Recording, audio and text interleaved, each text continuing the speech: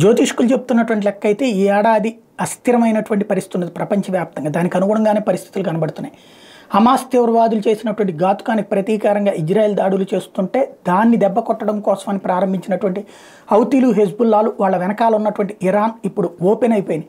Iran వెళ్ళి ఇరాక్లో దాడులు చేయటం, పాకిస్తాన్లో దాడులు చేయడంతో యుద్ధం ఉధృతమవుతుంది. మరొక వైపున హౌతీ తీవ్రవాదులు ప్రపంచ వాణిజ్య కార్యకలాపాలను స్తంభింపచేస్తూ వాణిజ్య నౌకల మీద దాడులు చేస్తుంటే దాని మీదన బ్రిటన్, అమెరికా చేసిన దాడి నేపథ్యంలో యుద్ధం ముదురుతోంది. ఓ పక్కన రష్యా ఉక్రెయిన్ యుద్ధం ముదురుతోంది. క్రమక్రమంగా మూడో ప్రపంచ యుద్ధ వాతావరణం. ఓ పక్కన Russia Ukraine war NATO versus రష్యాగా మారే ప్రమాదం కనబడుతోంది. ఇటు పక్కన హమాస్ అంటే పాలస్తీనా, మరోవైపున హెజ్బుల్లా అంటే లెబనాన్, మరోవైపున హౌతీ అంటే యెమెన్, వాళ్ళందరూ కలిసి చేస్తున్నటువంటి దాడి, వాళ్ళకి అండగా నిలబడుతున్నటువంటి ఇరాన్ చేస్తున్న దాడులకి ప్రతీకారంగా ఇజ్రాయెల్కి తోడుగా అమెరికాతో పాటుగా బ్రిటన్ చేస్తున్నటువంటి దాడులు, ఇవన్నీ కలిసి మూడో ప్రపంచ యుద్ధం వైపుకి దారితీస్తాయి అన్నటువంటి ప్రమాదం అయితే కనబడుతుంది.